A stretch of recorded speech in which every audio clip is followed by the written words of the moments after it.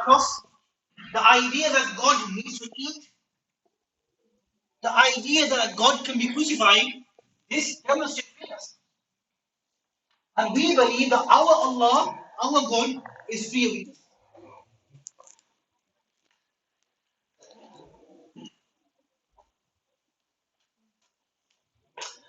Who has heard the term Qadim?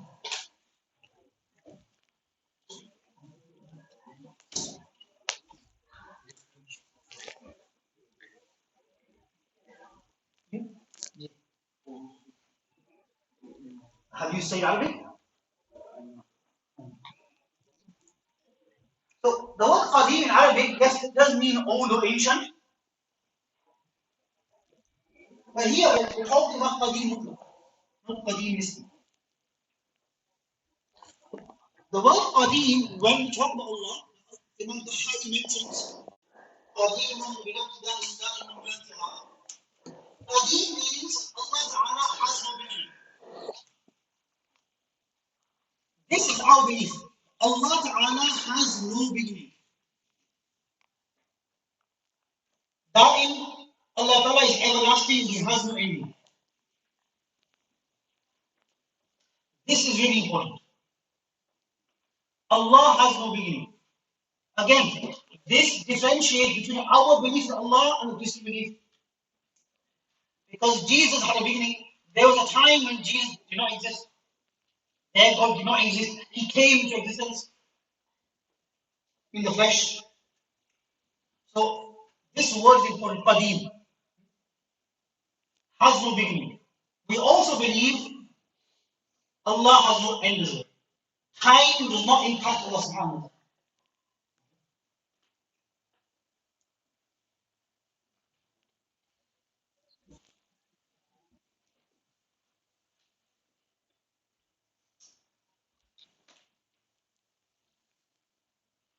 Okay, Allah Ta'ala is all powerful. He can do all that He pleases. Now, atheists, they bring an objection here. But can God create a rock so big and heavy which He can't lift? Who's heard this objection before? Tell me.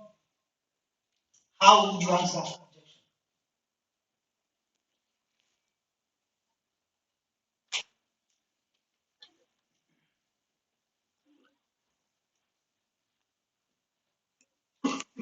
I hope you guys hold this quiet on Mosque open day, right? Atheists say Muslims believe that God is all powerful. If God is all powerful and He can do whatever He wants, can Allah make such a big, heavy rock which He can't lift?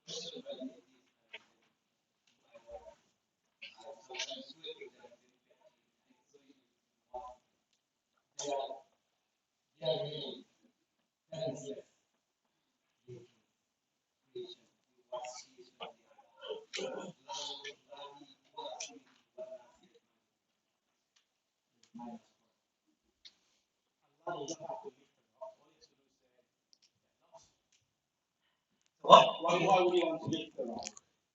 Okay, let's move the argument and say He commands the rock to be lifted, but the rock is too heavy. Can there be a rock which God cannot command to be lifted this way? Yes or no? Both yes and no. Why? Yes. Allah created. Yeah.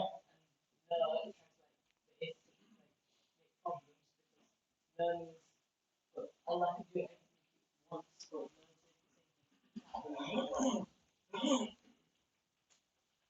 Okay, so Father here. Now, whoever is here, Then man, he's going to be a shining star in the future, inshallah.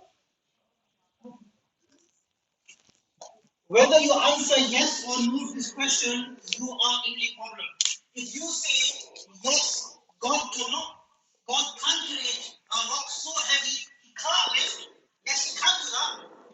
You just said God's on off.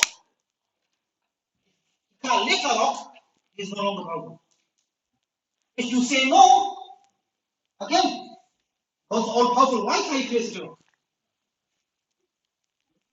The answer is very simple. Let's go back to wajib, mumkin or mustahil. Can you have a square triangle? Why?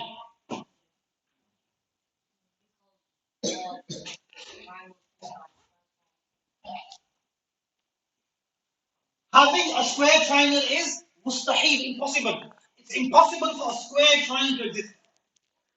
We do not even have to answer this question. All you have to say is mustahil rationally to have a rock. You say yes or no, you show yourself in the book. If you say rationally, God's all powerful, he does as he pleases, rationally it's impossible to have such a rock.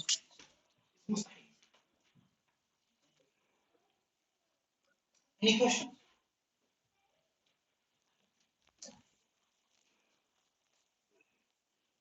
Okay, now let's take a look at Allah Ta'ala's attributes. Sifatullah. Allah's sifat have no beginning. For example, Allah's knowledge. MashaAllah, we're sat here today, we're learning.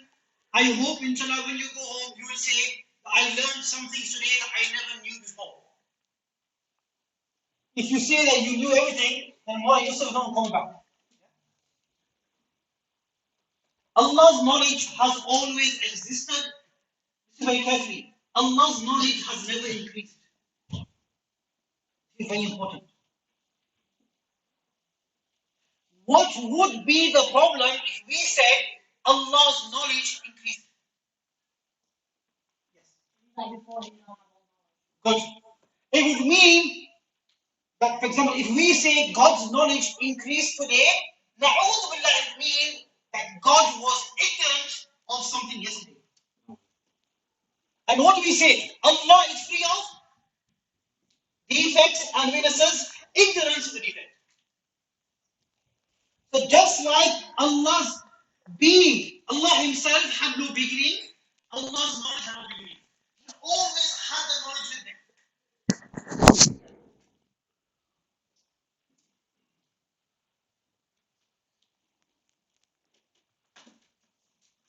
Can anyone tell you what Qadim is?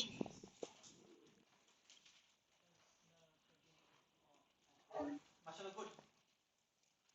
Anyone tell you wajib?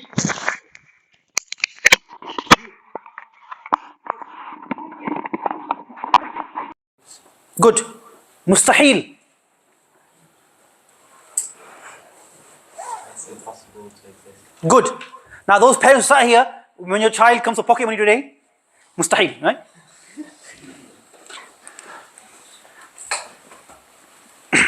As we move forward,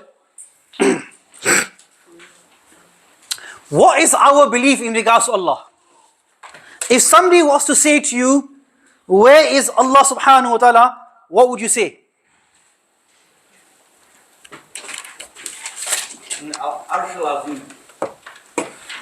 Anybody else? Everywhere?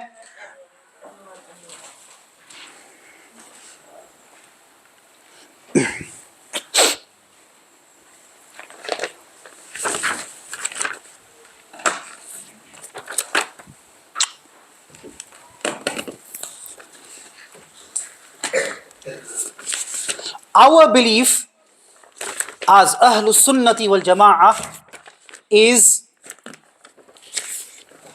that Allah subhanahu wa ta'ala exists without a place or direction.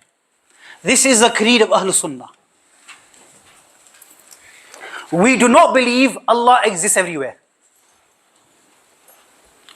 This can be problematic. Because what someone might say to you, if God is everywhere, na'udhu billah, is he in the toilet? No. Yeah, so that's why we should not really say Allah is everywhere. Allah's knowledge, mercy is everywhere, but Allah exists without a place or direction. Allahu mawjoodun bila makan. Now remember, Allah Ta'ala is a creator of space, place and time. Whether it's arsh, whether it's the skies, whether it's the entire universe, Allah is the creator of all of this. Does Allah need His creation for it to be a place for Him to exist? So our belief is Allah exists without a place or direction. Okay?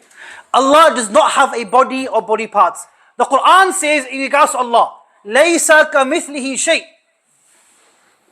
There is nothing like Allah. Nothing like Allah.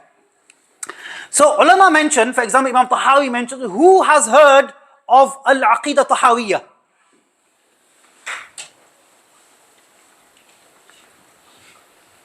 Mawlana Yousaf Sahab, does the word Aqeedah not exist in Hull? That's why we brought you here.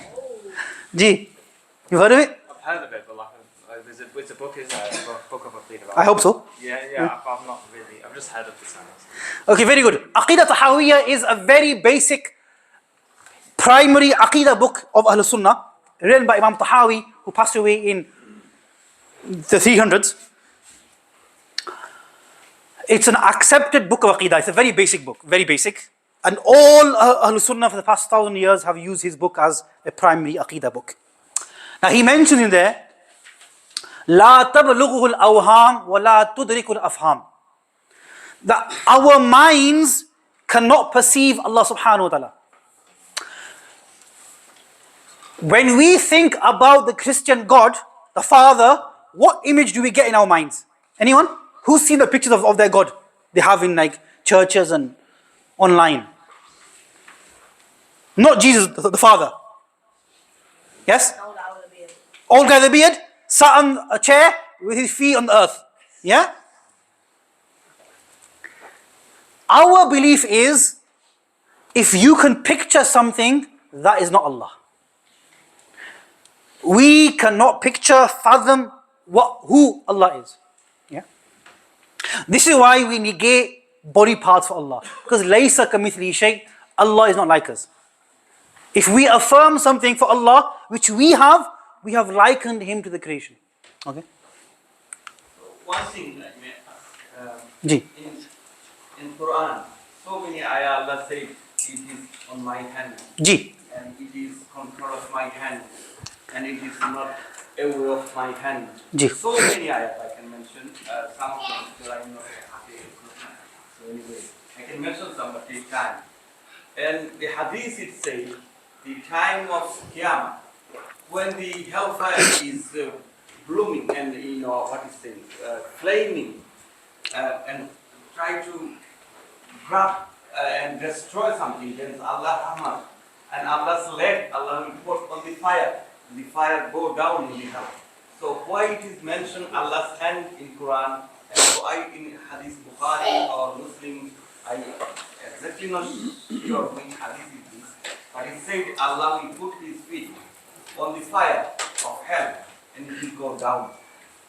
Great question. I am not saying this Allah has structure, but like the وَلَمْ يَكُنْ لَهُ كُفُوًا أَحَدٌ. There is nothing like him. Imam Taymiyyah said, whatever what you mentioned, whatever you think Allah like this, Allah like that, it is not Allah. So this is the Aqeedah we believe. I thank you for your question. All I'll say to you is, please stick through my course, and every question you have, inshallah, will be answered. I'm from Bali, 60 miles away. I don't intend fleeing. I'm here, inshallah. So, mashallah, a lot of the questions you have, I've noticed that they are answered in my PowerPoint. If you just give me some time and allow me to pass through the PowerPoint, inshallah, all of your questions will be answered, inshallah. And if I don't answer something, please ask me. I'm here, inshallah. Okay. When we talk about the attributes of Allah subhanahu wa ta'ala, Allah's attributes are of two types. Number one, muhkamat, and number two, mutashabihat. Those of you who are hafiz will know, have heard this word mutashabihat, right? In your hifz lessons. These mutashabihat are different to the ones in the Quran that you are aware of. As there are two types of mutashabihat. So Allah's attributes are of two types, muhkamat and number two, mutashabihat.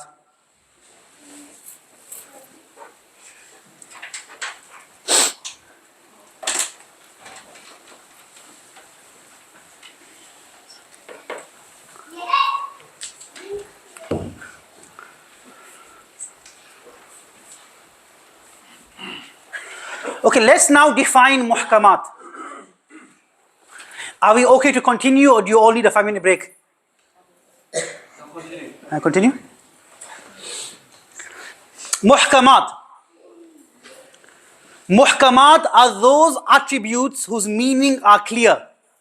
For example, when we say Allah has knowledge, this is from the sifat muhkamat. Allah is all seeing, all hearing.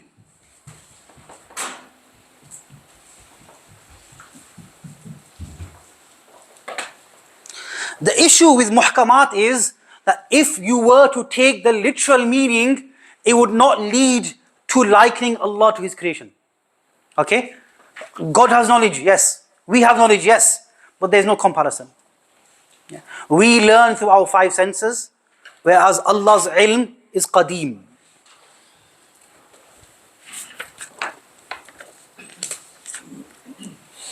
Now, muhkamat are of two types. So those of you who learn better, you might want to draw like a diagram that might help you remember these terms. There are two types of muhkamat, dhatiyah and fi'liyah. Dhatiyah are those muhkamat, those attributes which are clear, where Allah cannot be described with the opposite. For example, knowledge. This is from the sifat zatiyah, which are part of muhkamat.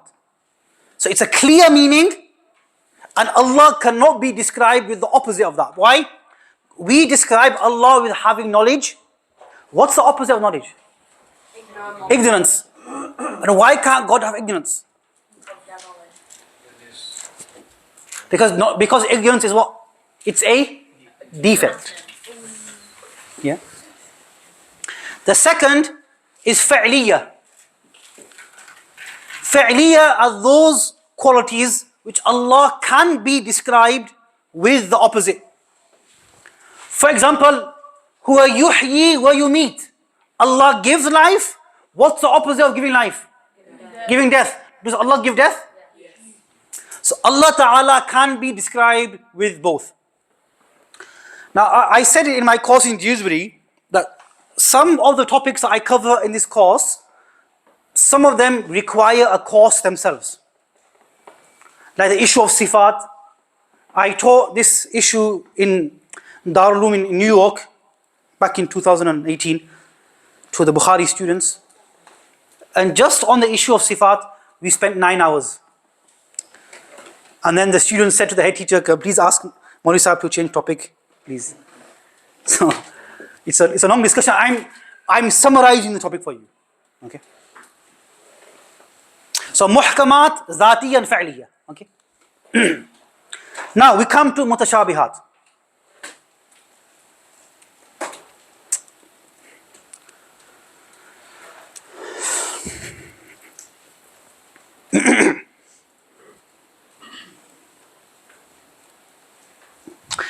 Now, there are certain words in the Quran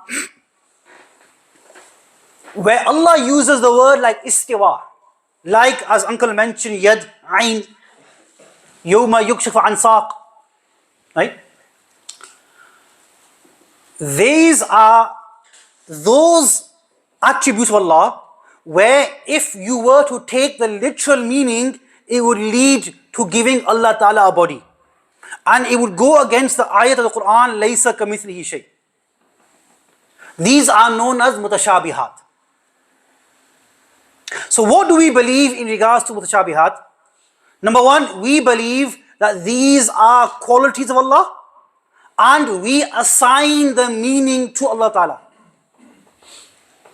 We do not take the literal meaning as it will lead to likening Allah to His creation. This is called tafweed. Tafweed, the dad. Don't worry, I won't test your tajweed today.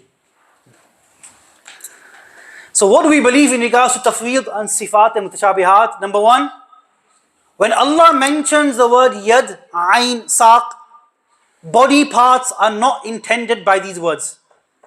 Number two, they are attributes. Number three, they are mutashabihat, meaning only Allah knows the true meaning of these.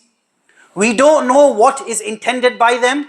And number five, whatever the meaning is, it is free from resemblance with the creation. Now, just to further my point, the word yad in Arabic, Ibn Hajar mentions in Al-Fath al-Bari, it has 25 possible meanings. But the general meaning of yad in Arabic is hand. Okay? Now, Allah Ta'ala uses the word yad, ayn, which means eye, in the Quran for Himself. Ahlul Sunnah say, we do not affirm the literal meaning of these words. Why? It will lead to likening Allah to His creation. So what do? We do something called tafweed. We say, Allah has used ayn, Allah has used saq, Allah has used istiwa in the Quran, we believe in them. But what do? We hand over the meaning to Allah. Allah knows best what those mean. This is what is called is mutashabihat. And this is the opinion of the ummah. Now, in front of you, I have a kitab called Al-Qawl al-Tamam bi-Ithbat al-Tafweed Madhaban li-Salaf al-Kiram.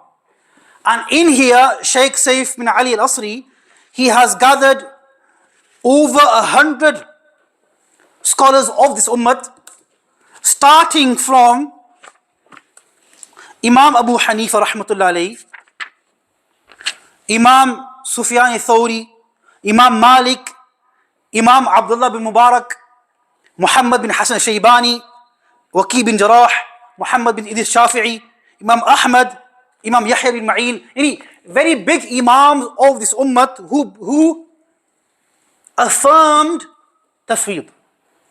600 pages. Proving that the Salaf, when it came to mutashabihat like yad and ayn, their position was tafweed. Assigning the meaning to Allah, not taking a literal meaning. Okay? Now, are they connected to speakers? Will it play a sound? No. From the laptop, Okay. to the microphone. Okay, that's fine. So I just want to show you that this is solely for educational purposes, just for you to learn. Okay, it's important that we know that there are differences in the world. So I just want you to listen to this.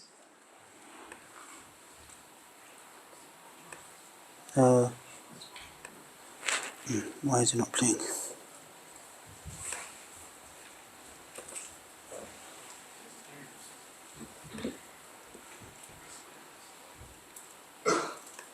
Excuse me, on this point, last I can Let's finish. We're right there, man. I say to any person on earth, Allah has a face. Allah has two eyes. Allah has two hands. Allah has a foot. Allah has a shin. All these are confirmed in the Quran and the Sunnah of the Prophet ﷺ. And while I believe that, I also believe that I'll take a question at the end. We can discuss at the end. I've only got half an hour, so I need to finish this topic in half an hour. Now, as you heard that clip, there are some Muslims who believe that God has feet, God has eyes, God has a shin, etc. Let's say we played that clip to somebody who walked in the door for the non-Muslim day. What image would they have of God?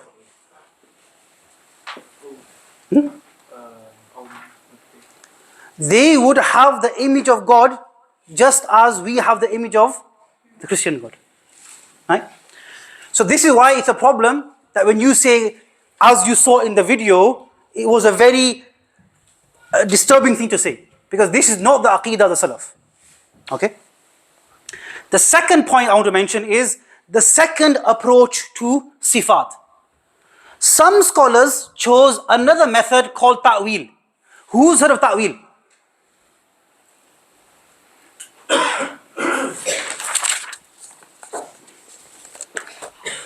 Anyone? To infer. To give an interpretation. Yeah. For example, ta'wil means to give an appropriate translation, interpretation of the mutashabihat. For example, Mona, is there sisters here? Yes. Okay. So somebody says about his friend that he's under somebody's thumb. What do they mean? Do they mean if they lift his thumb up, he's going to be there? No. What does he mean? He's getting controlled by someone else. He's getting controlled by somebody else. So many a times when we make statements like he's under the thumb, or somebody says, give me a hand. What does it mean? Chop your hand off and give it to me? Help me. Help me, right? Allah mentioned in the Quran the word yad. For example, the story of Hudaybiyah, when Uthman ibn Affan, may Allah be pleased with him, went to Makkah to Mukarramah as the envoy, news came that Hazrat Uthman had been martyred. What happened? Who knows? They all took a pledge under the tree and wanted to avenge his death. Very good. MashaAllah. I can see you have a good system here, Madrasa. MashaAllah. Allah says in the Quran, Yadullahi fawqa aydihim. So everyone placed their hands upon the hand of Nabi Sallallahu Alaihi Wasallam. And Allah says in the Quran, Allah's yad is upon their hands. Is Allah here trying to tell us that literally God has a hand and He's put it on top of their hand? Or what is Allah telling us here? Allah's help is with them. This is ta'wil. That you give an appropriate meaning to the verse. This is called ta'wil. Another example, Bukhari. Who's heard the hadith where if you walk towards Allah, what does Allah do? Allah towards to you. Allah runs towards you. Does Allah run? No. What does it mean? Quickly. Ya Rahman. Allah's rahmah comes towards you. Uncle, this is ta'wil. So, these are what we call metaphors used to make us understand. It does not mean that God runs. Na'udhu billah. Okay? This is ta'wil. But either tafweed or ta'wil are both positions of the ummah. Now, I have in front of me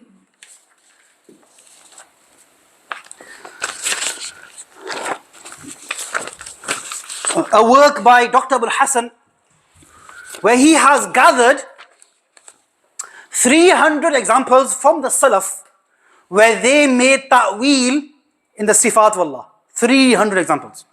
I mention this because there are some people who will say to you, oh, it's wrong to make ta'wil, you can't give an interpretation.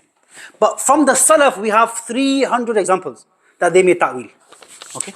Including Sahaba, Abdullah bin Abbas. May Allah praise him. Okay. Now, has everyone understood tafweed and ta'wil? These, either position is fine. Okay? 20 minutes. Okay. Now let's understand the issue of where is Allah. There are some of our brothers who say that Allah Ta'ala is on the throne, He sat on the throne. Okay? And they tend to use this ayat of the Quran. Ar-Rahman al-Arsh istawa. Now, we have two translations here, just to give you an example of how the Quran should be translated. Okay? Now, bear in mind, in the Quran, there is something called Rabt bain al-Ayat, connection between verses. Okay? Now, I want you guys to point out to me which is out of sequence. From this sentence, which should not be there in terms of sequence. Goat, cat, spoon or cow. Which is out of sequence? Spoon. Football, cricket, fork or rugby? Fork. Good. Now, let's look at the Quran. Before this verse, Ar-Rahmanu ala al-Arsh istawa, Allah mentions, Tanzeelan mimman khalaqa al-arda was-samawati al-ula. A revelation from Him who created the earth and the lofty skies. What is Allah talking about in this verse? He created the earth and lofty skies. What is that? Power. Yes? Let's miss this ayat which is used to try and establish God on its own. Verse 6. لَهُ مَا فِي السَّمَاوَاتِ وَمَا فِي الْأَرْضِ وَمَا بَيْنَهُمَا وَمَا تَحْتَ الثَّرَى. To Him belongs whatever is in the heavens, whatever is on the earth, whatever is between the two, and whatever is beneath the clay. What is Allah talking about here? Power. Now let's look at these two translations. Same ayat. This is from our brothers. The most gracious rose over the throne. So Allah ascended the throne. He went above the throne, right? Does that make sense, or this one here? Ar-Rahmanu ala al-Arsh istawa. Allah is firmly in control of the throne. Which makes more sense? On the left. Why? Because this is talking about power, this is talking about power, and this is also talking about power. Would it make sense? Power, and in between God says, I rose above the throne. No. Okay? This is called ta'weel. Ar-Rahmanu ala al-Arsh istawa. Now on this, I have a document, 124 names of the scholars of this ummah who said Ar-Rahman al-Arsh istawa means Allah is firmly in control of the throne. Yeah. So whatever I am telling you today is firmly backed up by evidences from the Salaf, from the ulama of this ummah. Okay.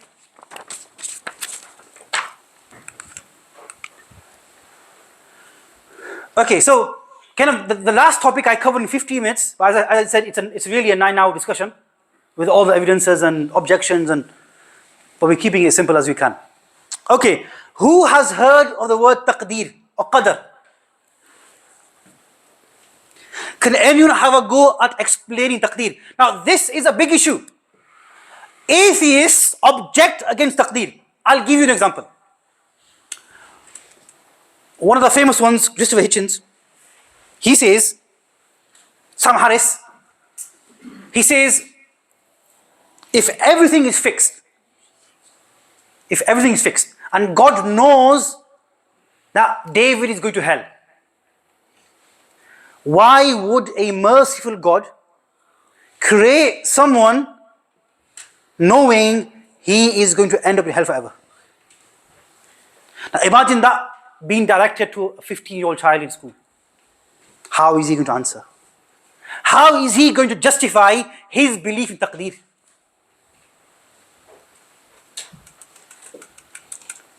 Now I don't expect for you to remember everything we've said today, but if you guys go home and it's opened up the importance of Aqeedah, inshallah this course is successful. If you guys go tomorrow Yousaf and say, we want to study more in Aqeedah, start a course every week, teachers in madrasa, then I would say my course has been successful if it's opened your eyes, inshallah. Can anyone have a go? Allah knows everything, and what is saying somebody go to hell or Ji. Allah not announce, Allah don't fix anybody, Allah don't tell it to Quran or Bible or anywhere. So Allah is all knowing, Allah is Alim al Ghaib. Ji. So this is one of the facts. And Rasulullah mentioned by direction and iman, it is change, increase iman or decrease. And you said another hadith before the Qiyamah, in the morning you are mu'min, in the evening you or me maybe kafir. So this is the saying about the taqdeer. It is not fixed, it could be changed. And one kafir could be mu'min and mu'min should be kafir. But if a kafir becomes a Muslim, it's already written in taqdeer that he's going to become Muslim. That's fixed and really, no? Yes. So Allah knows. When Allah created everything, Allah said to column, write everything. So it is right, you are Masoom or Ameen, you are Jannati or Jahannam, because Allah, Alimul Ghaib, He knows everything. That's why He said to column, write everything, Yeah. top to end, and it has been written. Good. Jibs Rahman. Allah gives like His creations a choice. And, But He knew of that choice. He knew that they were going to disobey Him and end in hell. So why create them if He knew that they were going to... If He knew they were bound to hell, why create them? Why not just not create them? So isn't taqdeer forcing them to do that? No, because for us, we don't know what will be in the future. Good. Now, this is a very simplistic understanding of taqdeer, but I think it's probably the best for the youth. Taqdeer, as Imam Babarti mentioned in Sharh Tahawiyya, taqdeer is the knowledge of Allah Ta'ala of an event before it occurs. If you want to simplify taqdeer, this is what you say. Taqdeer is the knowledge of Allah of an event or events in total before they occur. That's all taqdeer. Taqdeer is not forcing you. Taqdeer, generally we translate taqdeer as predestiny. Fine. But if we want to explain taqdeer, it's the knowledge of Allah of an event before it occurs. So if David goes to hell, and I hope there's no David sat here, right? Only Dawood's. Dawood's. Yeah, there is one here. No. It's God's knowledge that you are going to choose to disbelieve in Him. You make the choice despite having the proof in front of you. An amazing point Hazrat Thani mentions in Ashraful Jawab. When I read this, it blew my mind. What did he say? He said, a non-Muslim disbelieves in Allah and he lives a life of 70 years. But when Allah punishes him in Jahannam, Allah gives him Jahannam forever. If he disbelieves for 70 years, surely he should only go hell for 70 years. Why has God punished him by making him go Jahannam forever? The afterlife, life is forever. But animals, they will have justice between themselves and then they will disappear into dust. Could God not punish them for 70 years and then turn them into dust? Because Allah has warned us in the Quran. He sent prophets and messengers for that time, teaching Tawheed and telling us about the hereafter. There wasn't anybody that didn't tell us that. So we knew what we was getting ourselves into. If we chose to disbelieve after that, then the punishment is there for you to have. Good, mashallah, good. There's two things here. Number one, when we look at crimes, the greatest crime in the sight of Allah is disbelieving in Him. Now, when we look at custodial sentences today, somebody commits murder and we say life sentence, right? But in the sight of Allah, murder is a grave crime, grave crime. But a greater crime than murder is disbelief in Allah subhanahu wa ta'ala. The second point, Hazrat Thani mentions, alayhi rahmah, that when a non-Muslim passes away upon disbelief at the age of 70, he has only finished his disbelief at 70 because of death. Allah knew, based on His own insistence, that if this non-Muslim who died at 70 had lived forever, he would have remained upon kufr forever. So because of His own insistence and own intention to remain upon disbelief, Allah then punishes him forever as well. And this is why when it comes to Muslims, a Muslim only worships Allah for 70 years, but he gets paradise forever. Why? Because his life was cut short at 70. If he had lived forever, he would have continued obeying Allah. And as a result, Allah gives him everlasting paradise.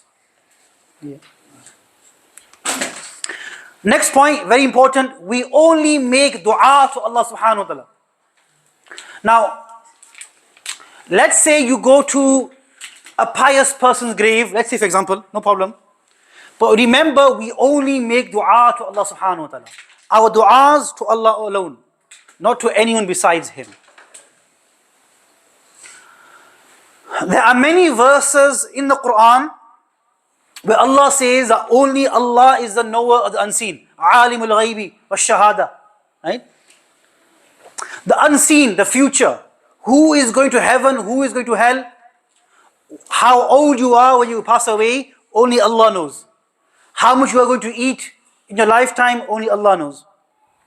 There are some parts of the unseen Allah gives to the prophets, but the title of Alimul Ghaib is reserved for Allah subhanahu wa ta'ala. Do we have any questions?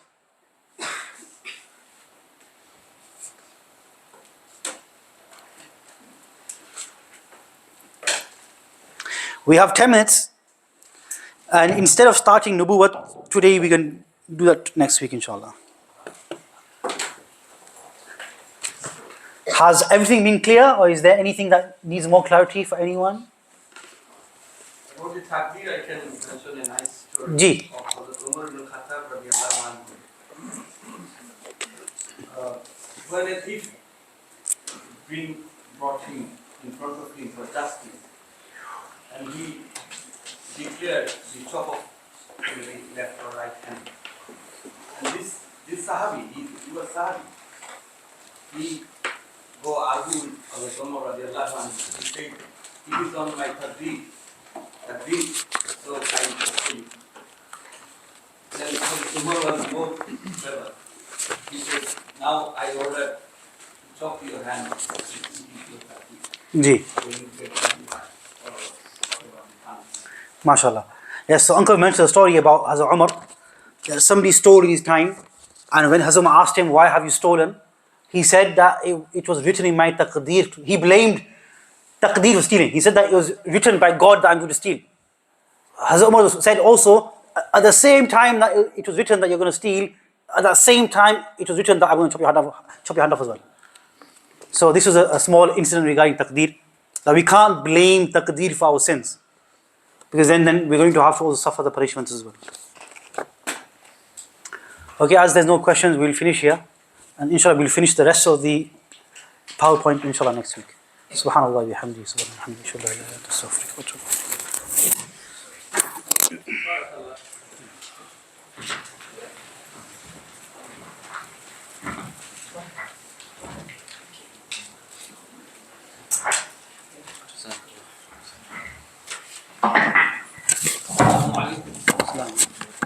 Jazakallah khair for Mufti Yousaf Baig for coming and mashallah teaching us a lot of these things. We can understand that when we see these presentations, it seems very basic and simple, but when he was asking the questions, majority of us had no idea what the answers were. So this is definitely, as he said many times, this is a very summarized version of taqdeer. So it's up to us inshallah to try and study more. And then next week, Mufti Sahib is coming back the same day, Saturday, at the same time, inshallah. So definitely come, and there was many people who were interested and who wanted to come, but maybe couldn't make it today. So do let your friends know, and do let other people know. Anybody who comes because you've invited them, then you will get the reward for them, inshallah. Anybody who missed out or wants to hear these things again, we're going to upload it on our Mixler. The video will also be uploaded as well, inshallah. But please, we say a big thank you and a jazakallah khair to Sheikh for coming all the way, taking time out of his busy schedule. Alhamdulillah, is extremely beneficial and a big eye-opener for every single one of us. On your way out, you can take some water, snacks, and refreshments, inshallah. Jazakallah khair.